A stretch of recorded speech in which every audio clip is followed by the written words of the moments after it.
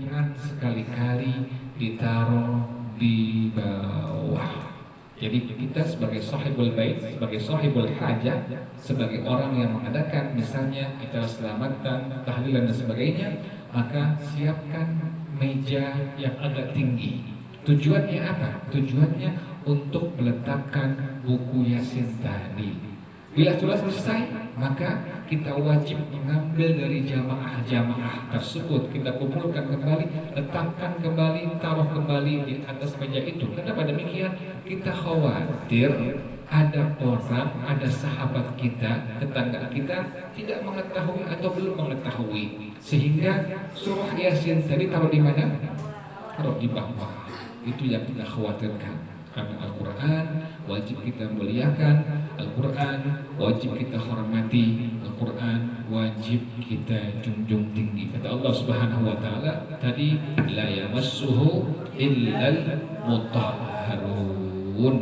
Menyentuh Al-Quran tanpa wudu adalah tidak diperbolehkan pada hukum agama, apalagi membawanya. Nah, sekarang bagaimana bila kita batal wudu? Bila kita bawa Al-Quran kemudian batal wudu, selama kita ada tas yang kita bawa di dalamnya Al-Quran, maka kita niat membawa tas tadi, bukan niat membawa Al-Quran. Kita pakai tas, terus yang berikutnya, bila memakai tas, tolong jangan taruh di bagian yang memang agak ke bawah. Jadi dijunjung tasnya agak tinggi. Kalau orang dahulu kita punya orang tua, itu Al-Quran dibawa seperti ini, sampai dipeluk-peluk atau ada yang sampai dijunjung di kepala gitu. Kenapa demikian? Karena dalam rangka memuliakan Al-Quranul Karim. Kalau bisa tasnya jangan maaf ya, enteng seperti ini. Kan jadi Qurannya ada di mana? Di bawah kaki kita. Jadi kalau bisa tasnya tas yang lebih tinggi. Ada tas apa ini? Tas gendong atau tas gemblok ya. Iya. Jangan taruh di ketiak, kalau bisa di atasnya belakang atau depan kita. Kenapa demikian? Dalam rangka memuliakan Al-Quranul Karim, menghormati Al-Quranul Karim. Jadi sampai demikian para ulama menjaga Al-Quran untuk menjaga keutuhan dan kemuliaan dari Al-Quran Karim. Kata Allah Subhanahu wa taala, la yamassuhu illal mutahharun. Tanzilum mir rabbil alamin. Tanzilum mir rabbil alamin. Diturunkan dari Tuhan semesta alam. Jadi Quran bukan buatan Nabi Muhammad sallallahu alaihi wasallam. Quran adalah murni diturunkan dari Allah Subhanahu wa taala, sekaligus langsung sampai ke langit di dunia ini. Kemudian Allah turunkan secara berangsur-angsur selama kurang lebih 22 tahun, 2 bulan, 22 hari, atau kurang lebihnya 23 tahun kepada Rasulullah Sallallahu Alaihi Wasallam. Dan Al-Quran seluruhnya adalah kalamullah, bukan buatan dari Nabi Muhammad Sallallahu Alaihi Wasallam. Mana buktinya? Nabi Muhammad bersifat al-ummi. Apa pengertian al-ummi? Al-ummi artinya Nabi yang tidak bisa baca, tidak bisa tulis. Nabi, kita punya Nabi, yaitu Nabi Muhammad SAW, tidak bisa baca, tidak bisa tulis. Kemudian tidak pernah ditemukan sejarahnya Nabi pernah belajar kepada seorang guru, tidak pernah sama sekali. Di kampung itu adalah kampung yang memang semuanya orang-orang yang tidak bisa baca, tidak bisa tulis. Di antaranya adalah Nabi Muhammad SAW. Tiba-tiba Nabi Muhammad, beliau mengeluarkan, menyampaikan wahyu Allah Subhanahu wa taala kepada orang-orang kufar, orang-orang musyrikin yang ada di kota Mekah Al-Mukarramah. Maka mereka pas mendengar setiap ayat-ayat Quran yang Nabi bacakan, maka ahli-ahli sastra pada zaman itu mengatakan ini bukan buatan Nabi Muhammad, ini bukan rekayasa Nabi Muhammad, tapi ini murni adalah firman-Nya Allah Subhanahu wa taala. Makanya para jamaah sekalian, Abu Jahal yang namanya Amr bin Hisham laknatullah alaih, dia satu ketika pas Nabi baca Quran, Satu malam dia datang ke rumah Nabi Muhammad SAW untuk apa? Untuk hanya mendengarkan bacaan Quran Rasulullah SAW. Kemudian kepergok dengan dua temannya. Ditanya, wahai Abul Hakam, yakni Abu Jahal, mau kamu ngapain kamu sini? Ke rumah Nabi Muhammad SAW. Apa kata dia? Saya ingin mendengarkan Al-Quran yang dibaca oleh Nabi Muhammad SAW.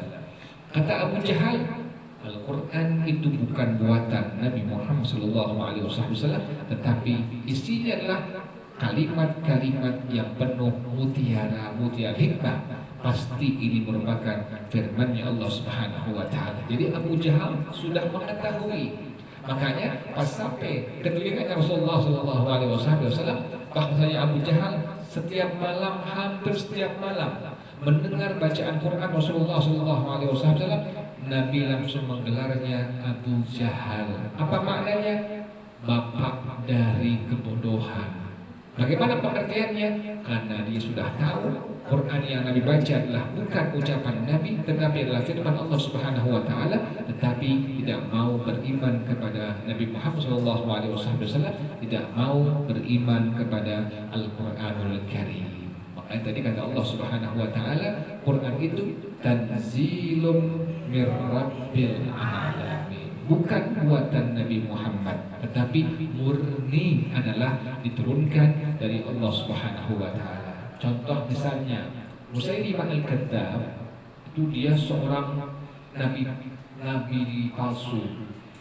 Pada waktu Rasulullah SAW menyampaikan surah Al-Fil, alam tara kaifa fa'ala rabbuka bi ashabil fil alam yaj'al kaidahum fi tadlil wa arsala alaihim tayran ababil tarmihim bihijaratin min sijil faj'alahum ka'asfin ma'kul. Indah maknanya, indah pengertiannya, indah tafsirnya.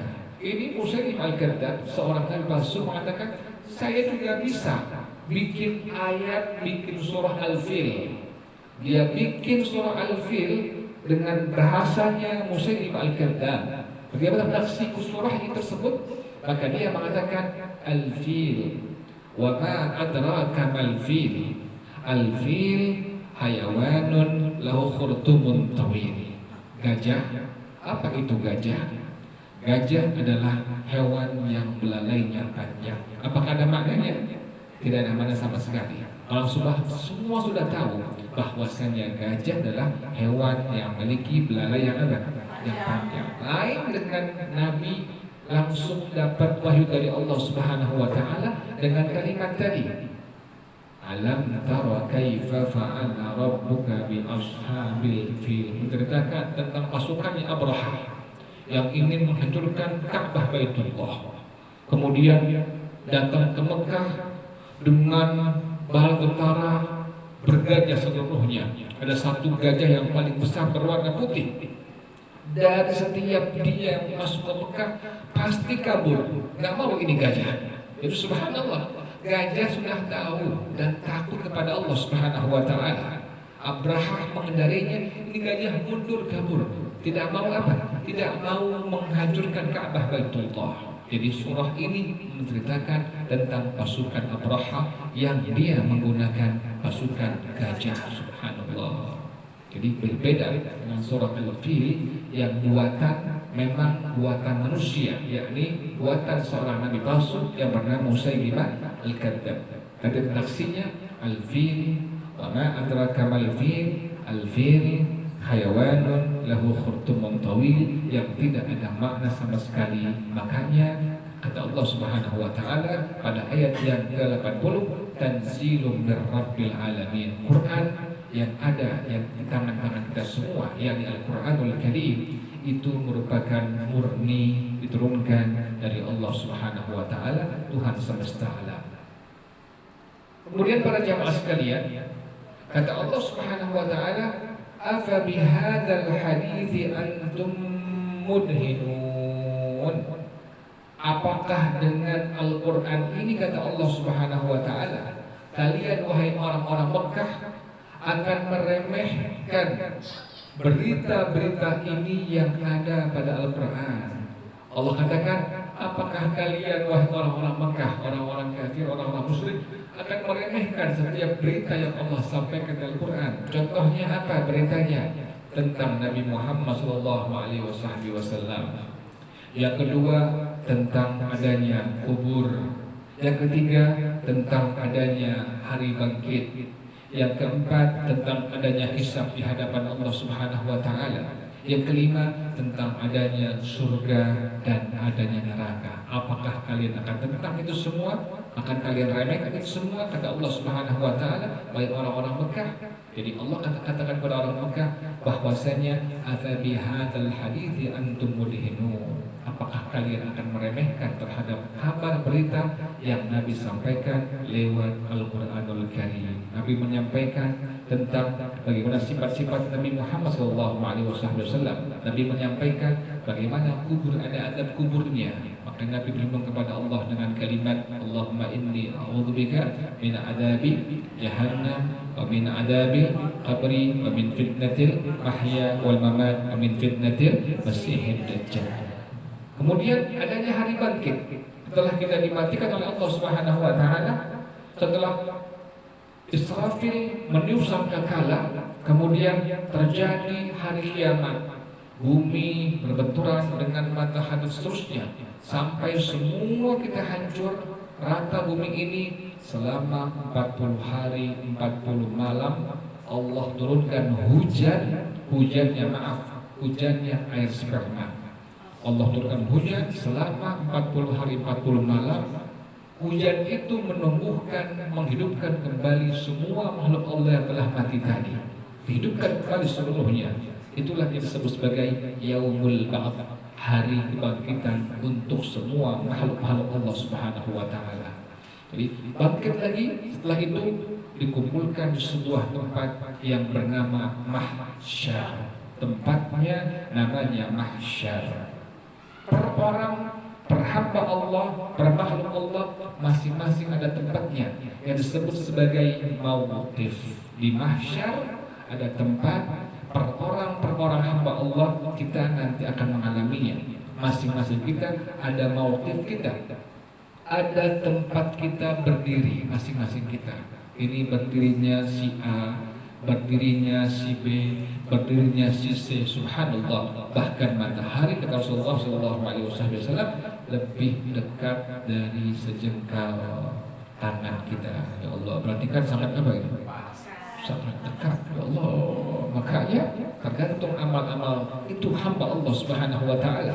Ada yang berkeringat, bercucuran sampai menenggelamkan mata kakinya.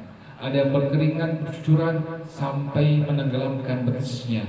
Ada yang sampai lututnya, ada yang sampai pahanya, ada yang sampai pusarnya, ada yang sampai perutnya, ada yang sampai dadanya, ada yang itu orang sendiri tenggelam dalam keringatnya. Allah sangat mengerikan di padang mahsyar itu. Subhanallah. Jadi seorang itu di sana tergantung apanya? Tergantung amal-amal yang dia kerjakan selama hidup di alam dunia. Itu belum selesai, itu masih panjang. Sudah di mahsyar lama sekali. Semua masing-masing mengeluhkan kepada setiap nabinya. Umat Nabi Adam mengeluhkan kepada Nabi Adam karena sangat lamanya di mahsyar itu berkumpul. Orang sudah pokoknya mau kemana ke?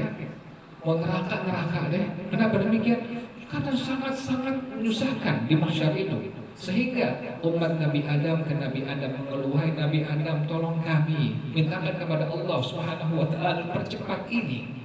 Nabi Adam menyerah, tidak bisa. Kemudian umat Nabi Musa mengeluh pada Nabi Musa sama seperti tadi. Nabi Musa menyerah, semua Nabi menyerah kecuali satu, hanya Nabi Muhammad SAW. Maka beliau mendapatkan wewenang, mendapatkan amanah, mendapatkan mandat dari Allah Subhanahu wa taala untuk memberikan satu syafaat yang disebut sebagai asy-syafa'atul uzma. Saat itu syafaat Nabi Muhammad SAW diberikan kepada umat-umat yang beriman kepada Allah Subhanahu wa taala dan umat-umat yang beriman kepada masing-masing nabi dan rasul mereka. Itulah yang disebut sebagai asyafa'atul uzma. Baru nanti setelah itu masih panjang. Per orang hamba Allah Subhanahu wa taala ada hisabnya di hadapan Allah Subhanahu wa taala. Tidak bisa dipungkiri, tidak bisa dihindarkan. Kalau di dunia ada perhitungan, ada pertanyaan, ada pengadilan, masih bisa diapakan? Dibohongin dia. Saksinya bisa dibayar, segalanya bisa semua bisa, masih bisa dikibuli, dibohongi. Tapi nanti di mahkamah Allah Subhanahu wa taala, di pengadilannya Allah Subhanahu wa taala, kata Allah Subhanahu wa taala, "Alaihissallahu biahkamil hakimin." Di mahkamah Allah Subhanahu wa taala, satu hamba Allah tidak ada bisa yang mengelak apapun di hadapan Allah Subhanahu wa taala. Kita perlu ketahui, setiap satu masalah seorang hamba Allah Subhanahu wa taala nanti pada waktu Allah sidangkan per orang-orang termasuk kita semua, itu satu masalah yang berkaitan dengan makhluk Allah Subhanahu wa taala dengan manusia lainnya, itu orang akan